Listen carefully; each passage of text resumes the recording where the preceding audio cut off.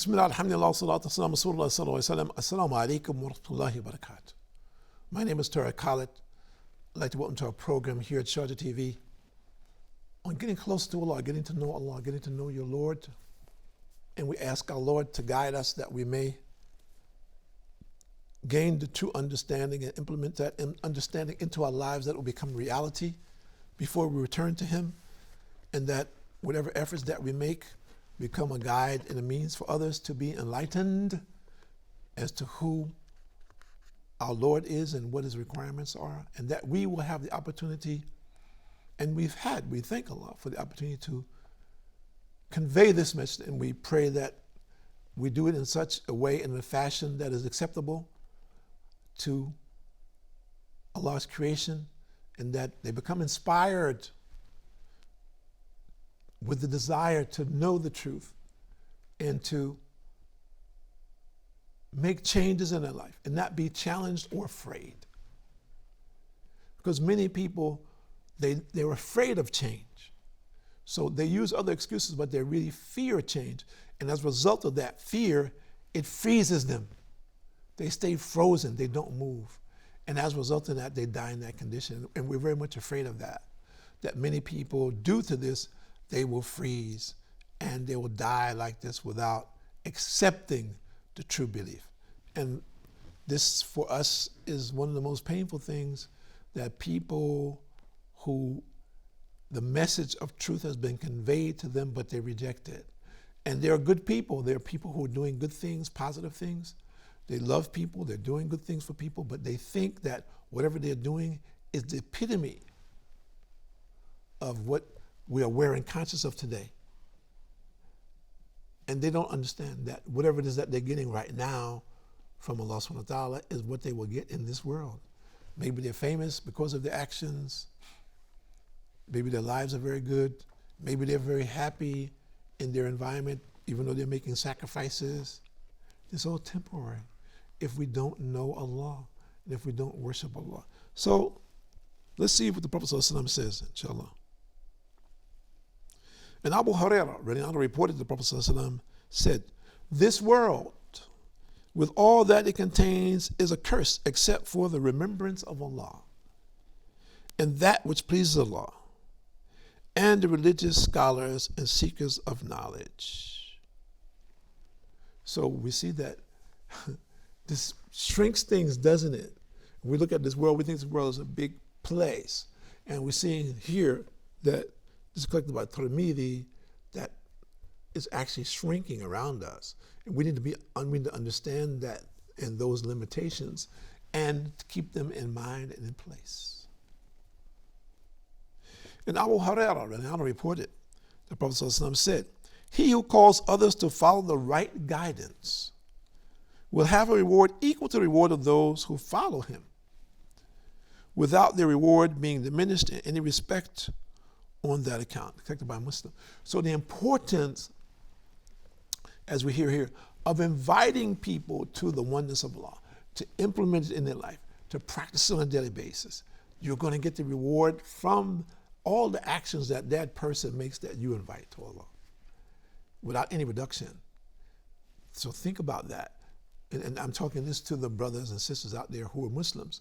If you're a Muslim and you're somewhere and you're quiet, think about whatever society that you live in, and that what benefit you can be to that society, as opposed to being afraid of that society. And unfortunately, we have some oppressive societies who are oppressing Muslims just because they want to be Muslims and practice and pray. And this is historical also. It is not new. But at the same time, it is a challenge for us. And our hearts and our prayers go out to those believers who are suffering under these conditions, and we ask Allah to relieve them of those conditions, and that this becomes an invitation to the enemies of Allah, to Islam. I mean, this has also happened historically, where people who oppressed Muslims, and one of the famous ones was Khalid bin Walid, the sword of Allah, who fought against the Muslims, who killed Muslims in battle. And then Allah subhanahu wa ta'ala enlightened his heart, and he became what they call the Sayf Allah, the sword of Allah, the champion of the Muslims. Distinct difference between what that person was before and what he became. So we understand this dynamic, and there were many of the companions. Umar bin Khattab, radiallahu anhu, he was on his way to kill the Prophet sallallahu alaihi wasallam when Allah enlightened his heart. His intention was to kill the Prophet sallallahu alaihi wasallam. So we look at these people and we see what was their condition. This man became the second Caliph in Islam. And the Prophet ﷺ said, well, if there was to be another prophet, after him it would have been Umar bin Khattab. I mean, so if we look at this person and see what kind of person he was and the transition that they made in their lives, what is our present condition? What is it that we are tied to in our society that's keeping us from this truth, from following this reality? In Abu Hurairah reports again that the Prophet ﷺ said, when a man dies, his deeds come to an end except for three things. Sadaqah Jariyah, meaning a ceaseless charity, something that he has started that doesn't end. Knowledge which is beneficial, or a virtuous descendant who prays for him, meaning for the deceased by a Muslim. So these three things. Some charity that becomes continuous, something that he's done that it continues, people get benefit from it. And some beneficial knowledge that he's left behind that people get benefit from. And a righteous child to pray for him. So we ask ourselves, what is our condition? Are we worried about that? Are we trying to ensure that we make the efforts that some of this, we're getting benefit from it right now, but in the grave that this will be paramount, that this will continue for me until the day of judgment? Think about it. Would you say, well, I have enough good deeds. I don't need any more good deeds. No, you won't say that. Think about it. When a person comes forward on the day of judgment and his deeds are weighed, would you want anything negative? We don't know what the condition of anything that we're doing, which is disobedient to Allah or displeasing Allah, what weight it will have on that day compared to the good deeds. This is essential for us to understand why we need to continuously refresh our efforts for that which is good. Some people say, well, this guy, he's a good guy. He's doing good things. It says, well, is he doing those things consciously for the pleasure of Allah only? Or is he doing it because he likes to be seen, he likes to have his pictures taken, he likes people to say, this guy's a really big philanthropist, he likes to be put in the limelight. And this is, what is that about this person? What reality is he dealing with? And we need to understand that for our own perception, understand where it is that I stand, where it is that I'm going, what is going to be my condition. This is the reality, all of us. What will be our condition when we come before our Lord? And it doesn't matter. The people say, well, I don't believe in that. So fine, you don't believe in it now. You will see it. And what will you say then? Nothing. You will say, like the people said, well, oh Allah, I believe now. Please send me back to our Lord, to the world where I can be a believer. No, Allah will not happen. You'll be faced with that dilemma. And we hope and pray that we ourselves are not faced with that we are not people who are insincere and two-faced in our actions, and that our shortcomings, that Allah have mercy on us and straighten us, help us stay on this path and be straight in what it is that we're doing. This we hope and we pray from Allah subhanahu wa ta'ala, that we know we're sinners, but we ask Allah subhanahu wa ta'ala to guide us and help us to stay on this path and not go astray, not to be among those who've chosen that path, knowingly or unknowingly. That people do this because they don't fear Allah. They are caught up in the things of the world, and they have been desensitized, and they become deaf, dumb, and blind. Unfortunately, this is common in today's world. And they're misguiding people. They're running people in many instances to the fire with their falsehood. So take the time out today, not tomorrow. Today, take some time for yourself. You owe this to yourself. You need to know Allah. Each one of us individually, we need a personal relationship with Allah. We need to turn to Allah ultimately in a manner of respect and friendliness as we're taught. Oh Allah, you know my condition. Oh Allah, change my heart. Oh Allah, keep me on the straight and narrow path. Oh Allah, make it clear that what this man is saying to me is true. Take my heart away from falsehood. Show me the truth. And it is amazing, subhanAllah, for me personally, when I look at some of the things I see on YouTube, it is unbelievable. Some of the things that I hear people say in this time, the 21st century, it is unimaginable. When we have so much information available to us at our fingertips, where we can cross-reference things so easily, and I look at some of the foolishness that people are engulfed by, drowning in. And why is that? And I ask myself this question all the time. How can they follow this? What are the people thinking about? And come to the same conclusion. The people have become slaves of their desires. If you're being here on a common denominator among people in relationship to the desires, somebody's going to follow it. It can be as abstract, as crazy as you could ever imagine, but they will hold fast to it. And it's saddening.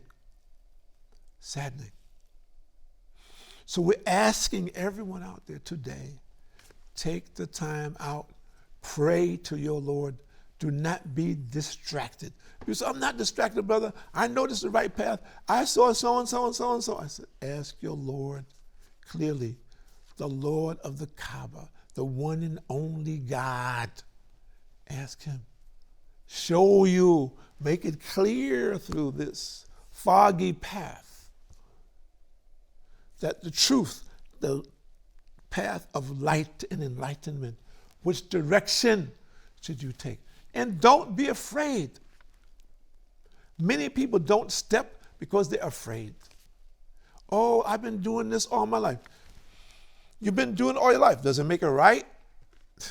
We find people today, they grew up in a certain culture, they've been eating certain foods all their life, and those foods have done what? Have harmed their bodies. They go to a doctor, and the doctor says, listen, you eat so-and-so and so-and-so, right? And they says, yeah, well, I eat it every day. He says, well, this is the worst thing for you. Stop today, it's going to kill you.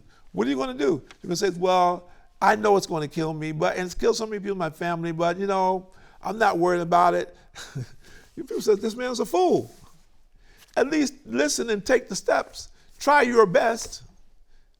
You may not be able to fulfill this completely, but take some time out and listen to what he's saying and try to implement what you can.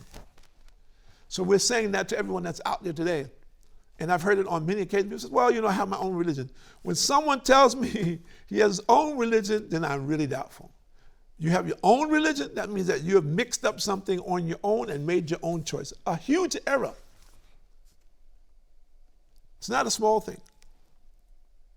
Because you're again following your desires or somebody else's desires. Someone who's manipulated you in one way, shape, form, or another. And you're not realizing that, and you're being manipulated into this particular sphere of influence, which is what? The people of misguidance. Why? Because they're working together in opposition to what Allah has told us to believe. So we should be very careful about this, and we should ask Allah to show us the clear path and be ready to take it, jump on it, go for it before it is too late. While there is time. Our time, we don't know when it will finish, but it will finish. It will finish. And we ask Allah to give us long life in the service of Islam and in obedience to him in the way that he's prescribed, and not to be among those who are negligent or those who have gone astray, but of those who believe and are steadfast in our belief system, steadfast in our obedience to the commandments of Allah subhanahu wa ta'ala, steadfast in doing righteous deeds and conduct, enjoining what is good, forbidding what is evil, and encouraging others to do the same, and encouraging others to embrace this way for the sake of their own souls, for the sake of their own salvation. This is the choice Allah has given us. Listen and look at this time. Look at the choice Allah has given us. How fantastic a choice in a time like today, in the world that we're living in, and all the opportunities that we're being exposed to, that Allah has given us a choice to use this in a proper manner, in a designated manner, where it will be an assistance for us to get to the paradise. Very understanding and distinct that this way is not the way of folly, but the way of truth. And that truth ultimately will lead us to the maximum benefit in this world and in the hereafter. So think about it. Pray on it. Ask Allah to accept you and follow the path of truth and righteousness for the sake of your own soul. Know and understand that Allah has created us for a purpose. He's created us in His form and distinguished us for a reason. The question is, are we willing to accept this responsibility and this accountability? Are we willing to be the tool that Allah uses to influence the minds and the hearts of today's man, to guide him to the correct path? So we hope and we pray that Allah uses us, and that through these programs that you, our viewers, will be guided to the truth, and that you hold fast to the rope of Allah for the sake and salvation of your own soul. My name is Tahir Khalid. I'd like to thank you for joining us here at Sharjah TV on getting to know Allah, getting closer to your Lord. And we hope and we pray that after these programs, everyone strives and makes effort to do just that for their own salvation. Assalamu alaikum wa rahmatullahi wa barakatuh.